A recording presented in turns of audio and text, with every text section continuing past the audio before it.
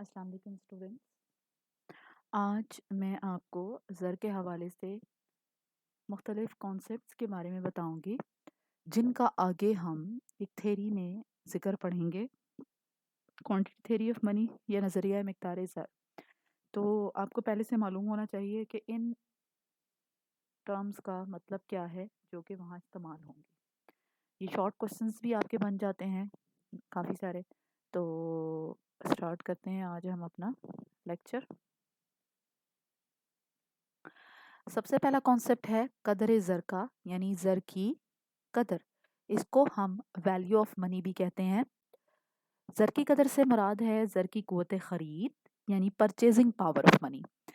मतलब आप ज़र की एक इकाई से कितनी अशिया और खिदमात हासिल कर सकते हैं, ठीक है, वो ज़र की कदर कहलाती है। जो जो अशिया की कीमतें बढ़ती जाती हैं तो क़ुव्वत ख़रीद कम होती चली जाती है। इस तरह से ज़र की कदर भी कम हो जाती है।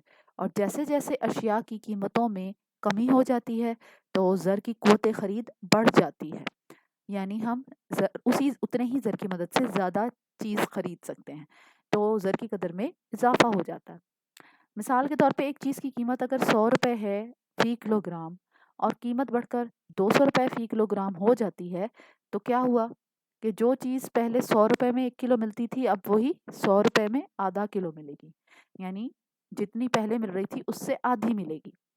क्या मतलब है इसका कि ज़र की कदर कम होके निस्फ हो गई है, यानी उतने ही पैसों में हमें पहले ज़्यादा चीज़ मिल रही थी और अब कम मिल रही है। इसके बरक्स अगर एक चीज़ की कीमत 100 रुपये फ़ी किलोग्राम है और कीमत कम होकर 50 रुपये हो जाती है फ़ी किलोग्राम, तो जो चीज़ पहले हमें 100 रुपये में 1 किलो मिल रही थी अब हमें 100 रुपये में 2 किलो मिलेगी। यानी पहले हम उतने ही पैसों में जितनी चीज़ हासिल कर सकते थे अब उतने ही पैसों में हम उससे 2 गुना चीज़ हासिल कर सकते हैं। तो क्या हुआ कि ज़र की कदर बढ़ गई और पहले से ज़्यादा चीज़ हम उतने ही रुपयों में हासिल करने लगे। तो इसलिए हम इसको कहते हैं ये ज़र की कदर है। दूसरा जो कॉन्सेप्ट है वो मिक़दार ज़र है, यानी ज़र की मिक़दार। कदर ज़र और मिक़दार ज़र में फ़र्क होता है। कदर ज़र मैंने अभी आपको बताया क्या है कि ज़र की क़ुव्वत ख़रीद, यानी ज़र की इकाई के बदले हम कितनी अशिया और खिदमात ले सकते हैं, वो उसकी कदर कहलाती है। और मिक़दार ज़र क्या है? मिक़दार ज़र से मुराद हर किस्म का ज़र है जो मरकज़ी बैंक जारी करता है। ज़रब ज़र की रफ्तार गर्दिश, यानी हर किस्म के ज़र जो कि मरकज़ी बैंक से जारी हो रहा है उसको अगर हम उसकी रफ्तार गर्दिश से मल्टीप्लाई कर दें तो फिर वो हमें मिक़दार ज़र मिल जाती है, ठीक है। मिसाल के तौर पे 1 लाख रुपए जो हैं वो बैंक ने जारी किए हैं या मरकज़ी बैंक ने, और वो 1 लाख रुपए 5 दफ़ा इस्तेमाल हुए हैं तो कुल मिक़दार ज़र 5 लाख के हो जाएगी, ठीक है। अब हमने पिछली डेफिनेशन में रफ्तार गर्दिश, ज़र की रफ्तार गर्दिश का कॉन्सेप्ट पढ़ा। अब मैं आपको बताऊंगी कि ज़र की रफ्तार गर्दिश क्या होती है। बहुत सिंपल सा कॉन्सेप्ट है, देखने में आपको मुश्किल लग रहा है। ज़र की रफ्तार गर्दिश से मुराद ज़र की एक इकाई साल में कितनी मरतबा मुख्तलिफ हाथों से होकर गुजरती है। यानी देखें, एक 100 का नोट आप समझें कि अगर आपके पेरेंट्स जो हैं वो कहीं पे जॉब करते हैं और वहाँ से उन्हें तनख्वाह मिलती है, उस तनख्वाह में अगर 20,000 रुपये हैं और उसमें से चलें वो 1000 का नोट आपको देते हैं आपके पॉकेट मनी के तौर पे।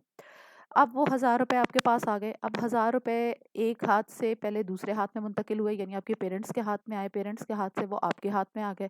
अब आप उसे आगे इस्तेमाल में लाएंगे यानी खर्च करेंगे, तो आप किसी उस 1000 से जो चीज़ें खरीदेंगे तो वो आगे चले जाएंगे, फिर जिस शख्स के पास वो पैसे होंगे उन्हें वो आगे खर्च करेगा। तो इस तरह से एक ही 1000 का नोट जो है वो कई हाथों से गुजरा और उसे कई बार इस्तेमाल में लाया गया, तो वो उसकी रफ्तार गर्दिश कहलाती है। जितनी ज़्यादा खरीद फरोख्त होती है अशिया और खदमात की उतनी ही ज़्यादा ज़र की रफ्तार गर्दिश होती है, यानी नोट जो है वो अपने हाथ बदलता है। अब दो तरह की हमारे पास रफ्तार गर्दिश है ज़र की। एक है मामलाती रफ्तार गर्दिश और दूसरी है आमदनी रफ्तार गर्दिश। पहले हम देखेंगे ज़र की मामलाती रफ्तार गर्दिश क्या है। मामलाती रफ्तार गर्दिश, ज़र की मामलाती रफ्तार गर्दिश से क्या मुराद है? اس سے مراد ہے کہ سال بھر میں زر کی مدد سے اشیاء و خدمات کی کل کتنی مقدار خریدی اور بیچی جاتی ہے، یعنی ایک سال بھر میں آپ اشیاء و خدمات کی کتنی مقدار خریدتے اور بیچتے ہیں، اس کو ہم زر کی معاملاتی رفتار گردش کہتے ہیں۔ مثلا سال بھر میں ایک نوٹ اشیاء کے لین دین کے سلسلے میں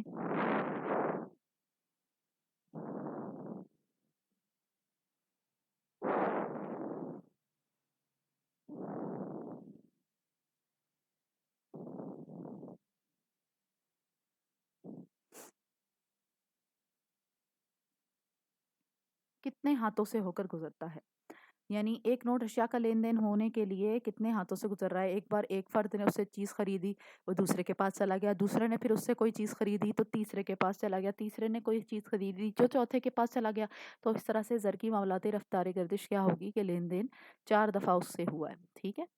مثال کے طور پہ ایک نوٹ سے 10 بار خریداری ہوتی ہے تو اس کی معاملاتی گردش 10 ہوگی، ٹھیک ہے۔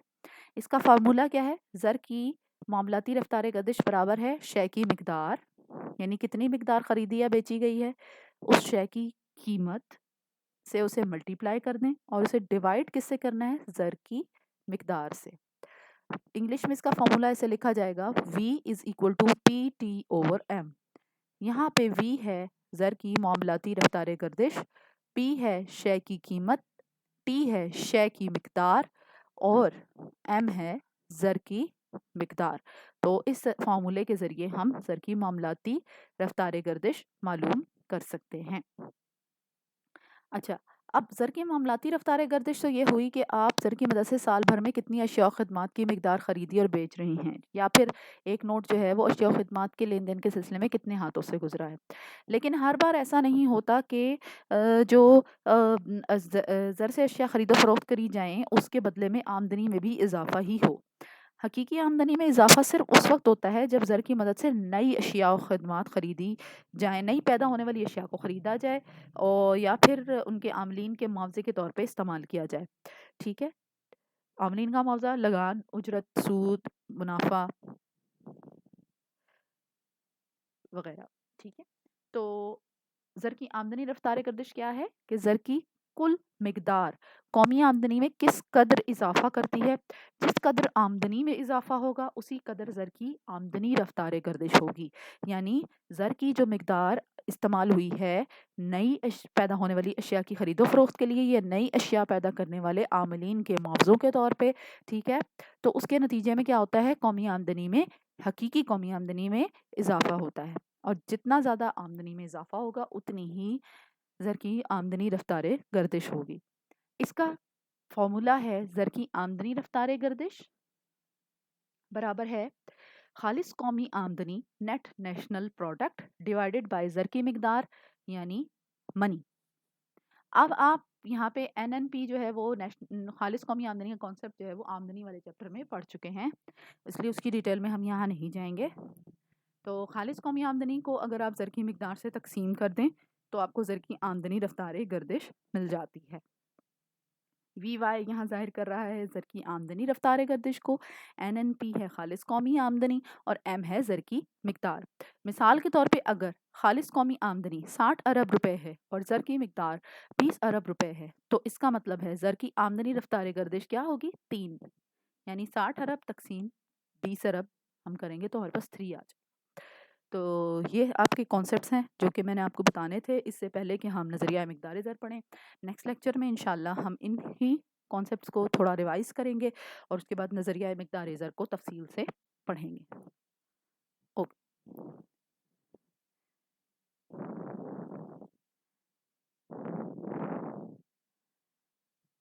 اللہ حافظ۔